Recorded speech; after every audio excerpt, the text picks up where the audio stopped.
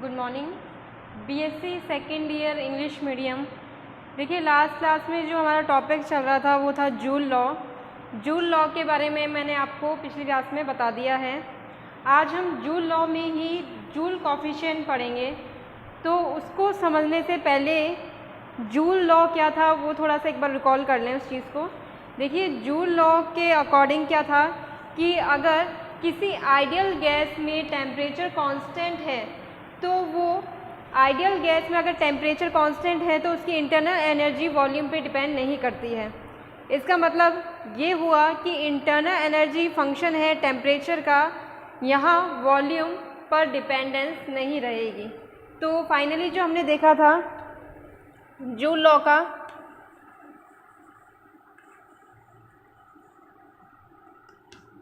Joule law में हमने last में जो डेफिनेशन देखी थी उसके according at constant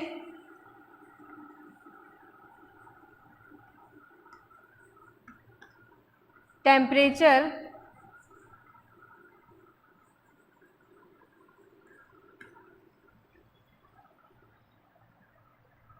at constant temperature internal energy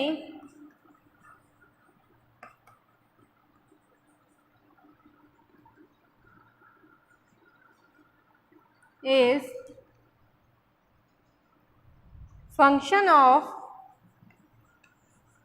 internal energy. Function के बारे में बात करेंगे, डिपेंडेंस की पहले बात करते हैं। Internal energy does not depend upon does not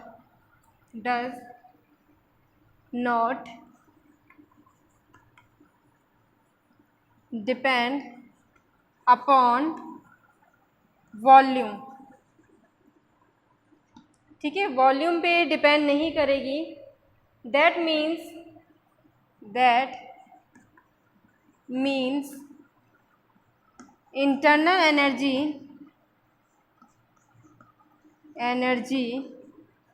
is function of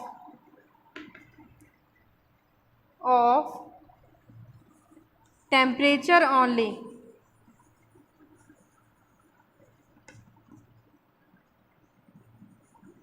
temperature का ही फंक्शन है इंटरनल एनर्जी। तो जो फाइनल हमारे पास इक्वेशन आई थी E is function of temperature. ठीक है, ये हमारी फाइनल इक्वेशन लास्ट में आई थी जो कि हम शॉर्ट में कह सकते हैं कि जूल लॉ था। तो इससे एक चीज़ और निकल के सामने आ गई कि इंटरनल एनर्जी डिपेंड नहीं करती, नहीं मैटर करता यहाँ पे उसका वॉल्यूम चेंज जब कांस्टेंट टेम्परेचर हो। ये बात हो रही है आइडियल गैस का जो केस है। फॉर आइडियल गैस ये वाली जो इक्वेशन है वो इक्वल होती है ज़ीरो के, जबकि जो सेकेंडली हम कह सकते हैं रियल गैस की अगर हम बात करें, for real gas del E upon del V at constant T does not equal to zero. ठीक है, अब यहाँ पर देखिए जो रियल गैस है उसके लिए ये वाली जो वैल्यू है वो ज़ीरो के इक्वल नहीं आती है। तो ये वाली वैल्यू किस तरह से हम कैलकुलेट कर सकते हैं? इस वैल्यू को कैलकुलेट करने के लिए जूल कॉफिशिएंट दिया गया। जूल कॉफिशिएंट को हम अब समझेंगे कि उसके द्वारा, उसके बेसिस पे हम कैसे ये वाली जो वैल्यू है उसको फाइंड आउट कर सकते हैं। तो सबसे पहले अगर ये आपने नोट नहीं किया है तो उसको नोट कर लें, फिर उसके बाद हम आगे बढ़ते हैं।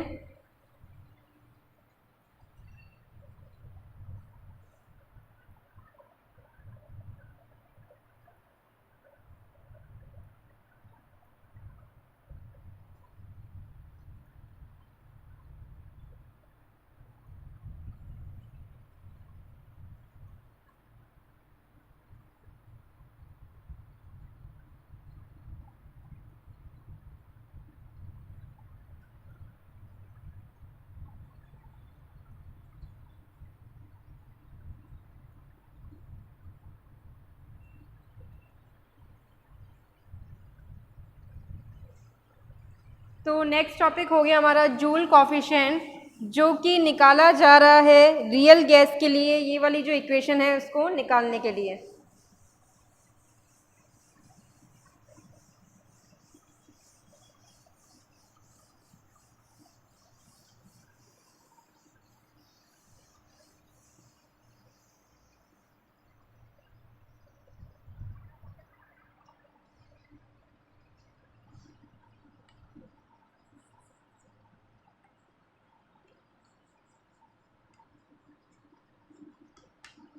जूल कॉफिशेंट जिसे रिप्रेजेंट किया जाता है म्यू जे के द्वारा, बाय म्यू जे। ठीक है, तो यहाँ पे देखिए ये जो जूल कॉफिशेंट है क्यों ज़रूरी हुआ, रियल गैस के लिए जो इक्वेशन था उसे फाइंड आउट करने के लिए, to find out value of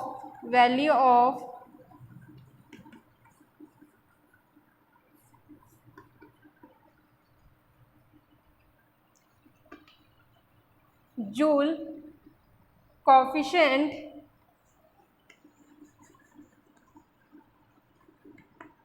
is use। ठीक है, अब यूज़ कैसे होगा, सबसे पहले देखिए joule coefficient is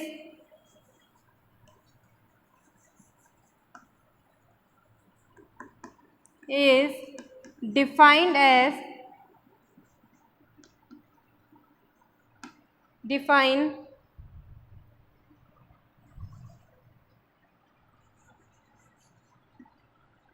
define S. किस तरह से हम डिफाइन कर सकते हैं जूल कॉफिशेंट को, देखिए rate of change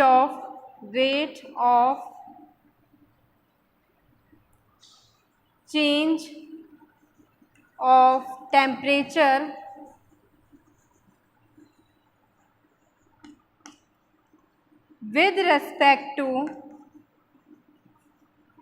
with respect to volume at constant internal energy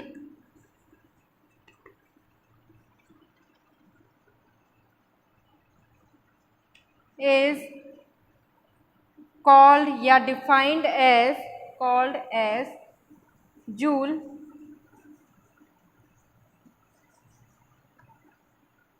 coefficient यानी म्यू जे। तो इसे अगर मुझे एक इक्वेशन में लिखना है तो किस तरह से लिख सकती हूँ, del T upon del V at constant E जो है वो इक्वल हो जाएगा म्यू जे के।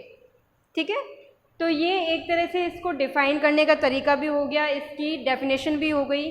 तो सबसे पहले आप म्यू जे को नोट डाउन करें और उसके बाद हम किस तरह से म्यू जे के द्वारा हम अपनी फर्स्ट वाली जो इक्वेशन है उसको फाइंड आउट कर सकते हैं वो देखते हैं। तो नोट करें इतना।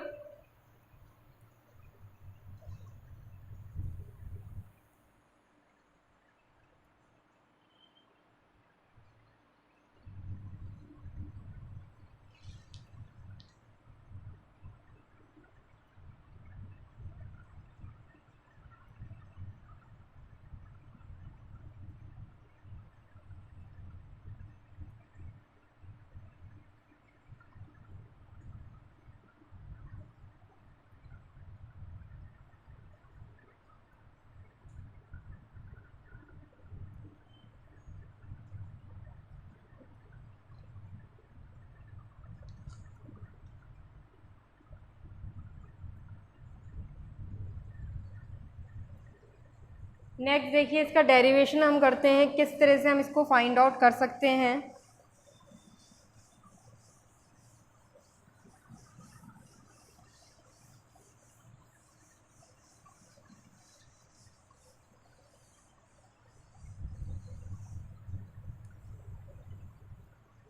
तो देखिए सबसे पहले हम कंसीडर करते हैं, लेट अस कंसीडर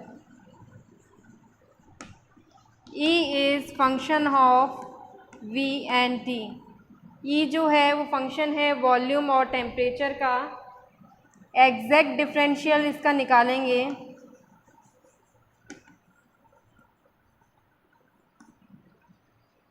किस तरह से निकलेगा, DE बराबर है del E upon del V at constant V as constant T। इसी तरह से हम दूसरे वाले टर्म से भी निकाल देंगे इसे। ठीक है, ये इसका एग्जैक्ट डिफरेंशियल हो गया। अब देखिए जो जूल लॉ था उसके अकॉर्डिंग हमने ये चीज़ समझ ली थी इंटरनल एनर्जी चेंज जो था वो ज़ीरो था। क्यों चेंज ज़ीरो आया था? क्योंकि वर्क और हीट की वैल्यू जो है वो ज़ीरो निकली थी। अगर आपको याद नहीं हो तो मैं थोड़ा सा इसके बारे में बताना चाहूँगी। जो फर्स्ट लॉ ऑफ थर्मोडायनेमिक्स था लास्ट क्लास में, उसके अकॉर्डिंग मैंने ये बताया था क्यू जो है वो इक्वल होता है डी ई अब प्लस डब्लू के। हमने ये मान लिया था कि जो जूल लॉ में हमने जो एक्सपेरिमेंट किया था उसमें वर्क जो है वो आया था ज़ीरो। क्यों? क्योंकि जो वर्क हो रहा था वो बिना किसी एक्सटर्नल प्रेशर के हो रहा था, तो इस वाली कंडीशन में वर्क ज़ीरो हो गया था। इंटरनल एनर्जी चेंज इसलिए ज़ीरो आया था कि वहाँ पर जो टेम्परेचर है उसमें कोई वेरिएशन नहीं आया था। ठीक है, तो ये भी वैल्यू ज़ीरो हो गई थी। क्यों हमारा ज़ीरो था? इस वजह से जो डेल ई है उसकी वैल्यू हमारी ज़ीरो आ गई थी। क्यों? क्योंकि यहाँ पर सिस्टम और सराउंडिंग के बीच में किसी भी प्रकार का हीट एक्सचेंज नहीं हो रहा था, तो यहाँ पर ये इंटरनल एनर्जी चेंज भी हमारा ज़ीरो हो गया था। तो ये वाली जो वैल्यू है उसको हम यहाँ पर पुट करेंगे सबसे पहले बाय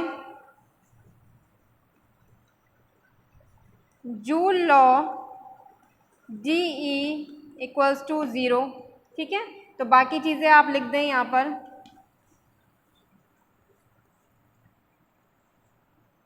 ये बराबर ज़ीरो के आ जाएगा प्लस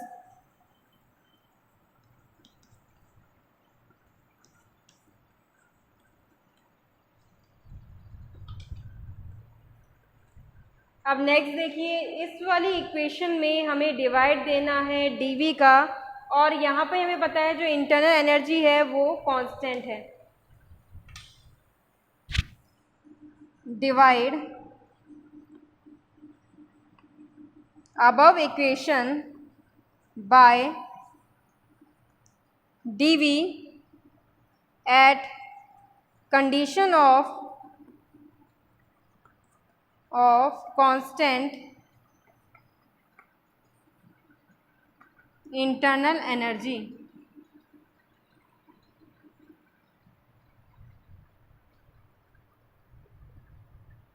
ठीक है, तो अब देखिए इस वाली इक्वेशन में dV का डिवाइड करना है और इंटरनल एनर्जी कांस्टेंट है।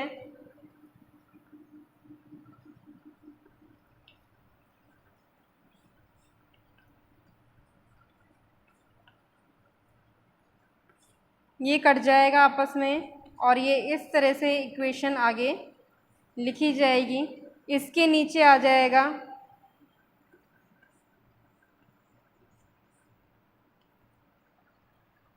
ठीक है, इसको नोट डाउन करें। ये हमारी इक्वेशन आ गई है। अब इसके आगे हम इसे सॉल्व करेंगे। इसको मैं पहले मिटाऊंगी फिर सॉल्व करूंगी, तो सबसे पहले आप इसको नोट डाउन करें।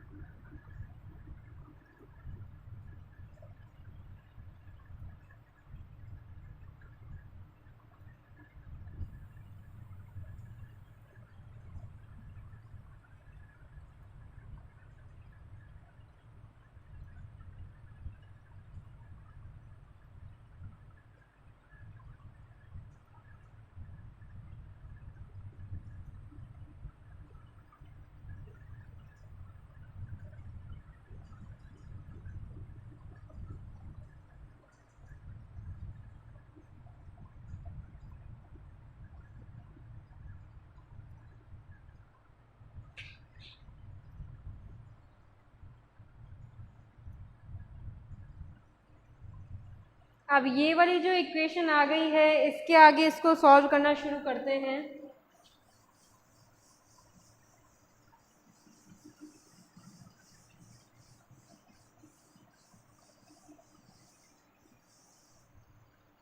तो देखिए इस वाली इक्वेशन में सबसे पहले जो हमारे पास रिमेनिंग बचा हुआ है उसी को देख लेते हैं।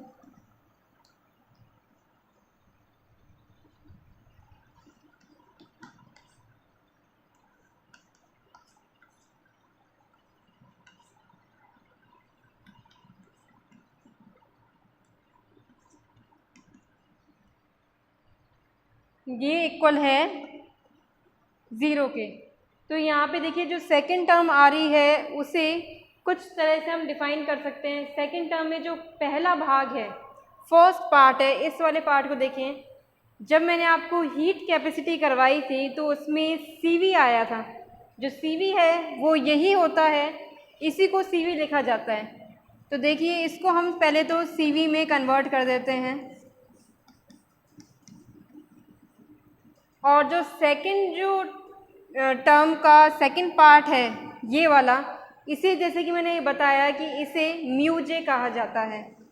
तो ये हो गया म्यू जे। तो वैल्यूज़ जो हैं उसको एक साइड ले जाएंगे, इस वाली वैल्यू को एक साइड ले गए और दूसरा जो पोर्शन है उसे दूसरी साइड पे ले जाएंगे। तो इस तरह से हमारे पास ये इक्वेशन आएगी। ये इक्वेशन हो गई। इसको कुछ भी आप नंबर दे सकते हैं, 1 नंबर दे दें, 2 नंबर दे दें, कुछ भी नंबर दे दें।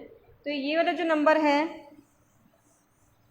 अब देखिए यहाँ पर जो हमारे पास इक्वेशन निकली है म्यू जे की, वो फाइंड आउट कर सकती है ये वाली वैल्यू। जब रियल गैस के लिए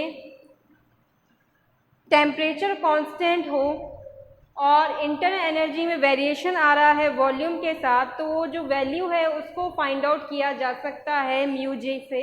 म्यू जे से कैसे फाइंड आउट करेंगे? म्यू जे के ये इस तरह से इक्वल आती है। तो ये वाली जो फाइनल इक्वेशन है, from above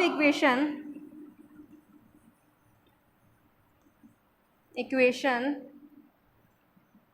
value of del E upon del V at constant T for real gas can be find out। ठीक है, तो ये इस तरह से ये इक्वेशन आ गई है, और ये फाइनल इक्वेशन है हमारी। यही जूल कोफिशिएंट है ये वाला हिस्सा, और इसे डिफाइन भी मैं कर देती हूँ साइड में। आप इस चीज़ को मेंशन भी कर दें कि किस तरह से ये वैल्यूज़ आई हैं।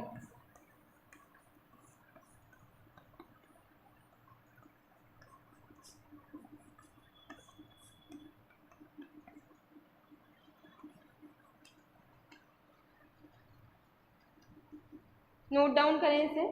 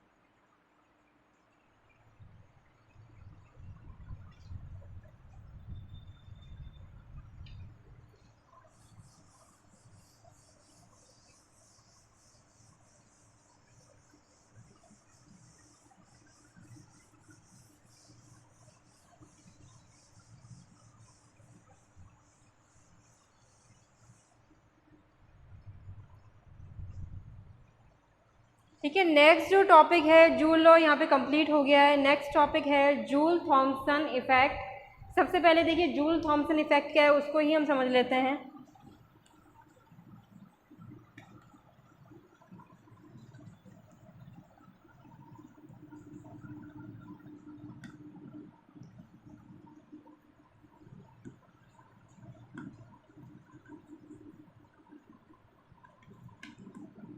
जूल थॉमसन जो इफ़ेक्ट है उसे कूलिंग इफ़ेक्ट भी कहा जाता है। देखिए, किसी भी अडियाबैटिक प्रोसेस में कोई गैस है उसे एक्सपेंड होने दिया जाए पोरस प्लग के थ्रू हाई प्रेशर से लोअर प्रेशर में, तो वो जो गैस है उसका टेम्परेचर डिक्रीज़ हो जाएगा। वापस रिपीट कर रही हूँ, किसी अडियाबैटिक प्रोसेस में जब किसी गैस को एक्सपेंड होने दिया जाए पोरस प्लग के द्वारा हायर प्रेशर से लोअर प्रेशर में, तो वो जो गैस है उसका टेम्परेचर डिक्रीज़ हो जाता है।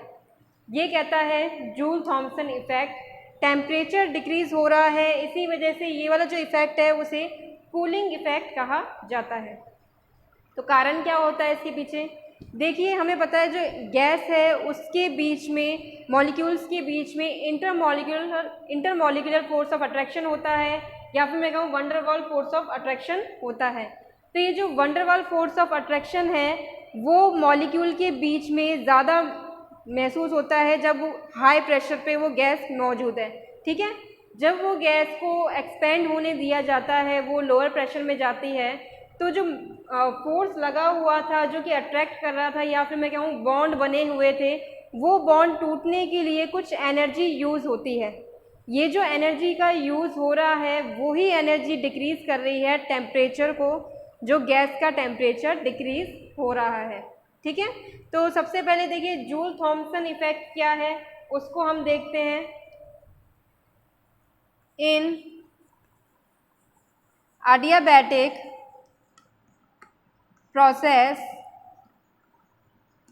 when gas is allowed to pass through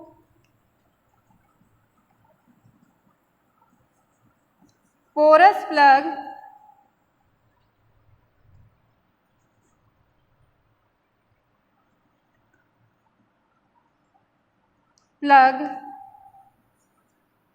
from higher pressure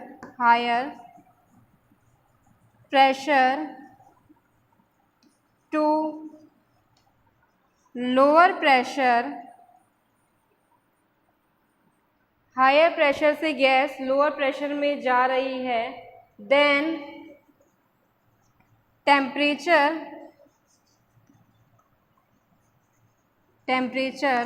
of gas decreases. ठीक है, गैस का जो टेम्परेचर है वो डिक्रीज हो जाता है इस वाले केस में। तो गैस का टेम्परेचर क्यों डिक्रीज होता है उसके पीछे भी कुछ रीज़न है। क्या रीज़न बताया मैंने अभी? मैंने ये कहा कि यहाँ पर there is weak van der Waal force between molecule of gas. ठीक है, गैस के मॉलिक्यूल के बीच में वीक वंडरवॉल फोर्स होता है जब gas when gas is allowed to expand from higher pressure to lower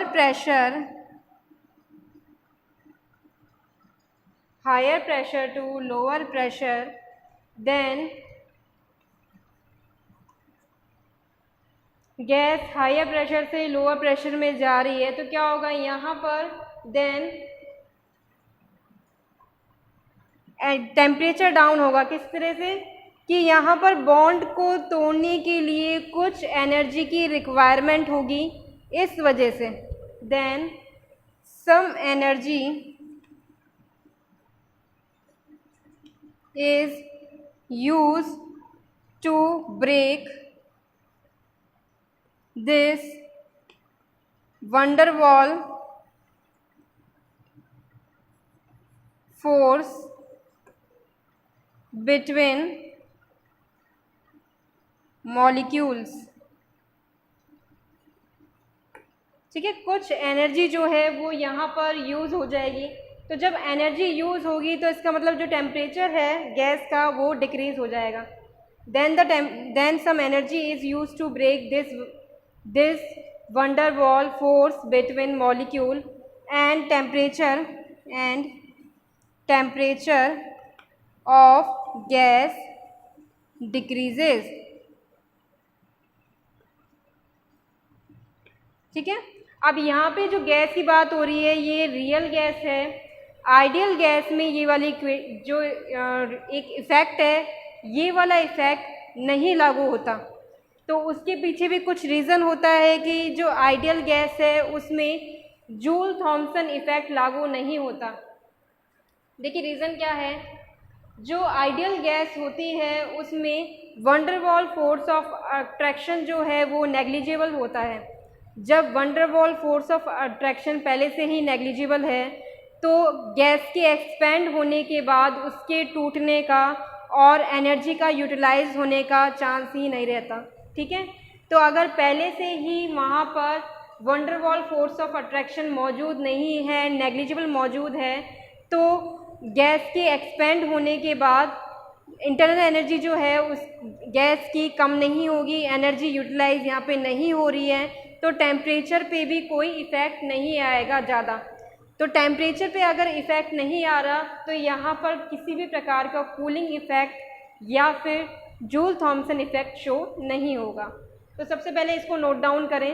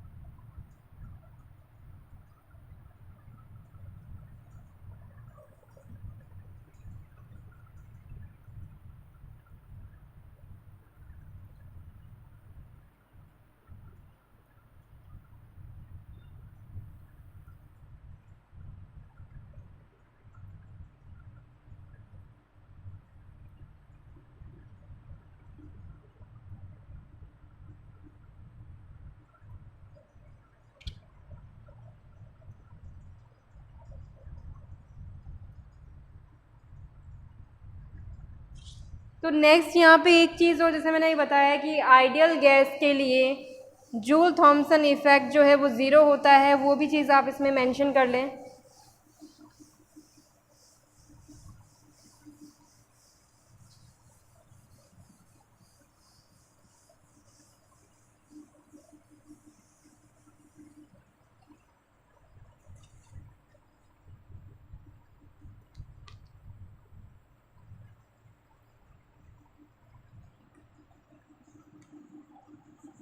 joule Thompson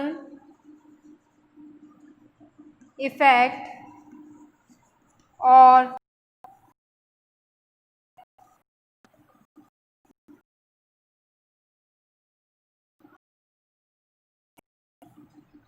in ideal gas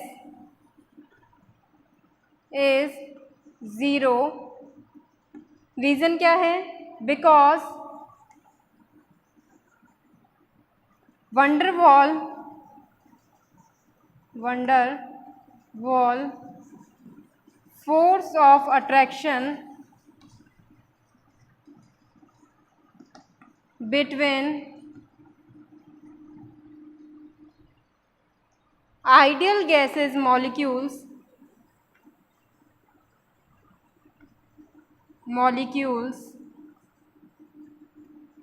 are negligible. ठीक है, बहुत कम होता है, इस रीज़न से जो जूल थॉमसन इफ़ेक्ट है इस वाली कंडीशन में ज़ीरो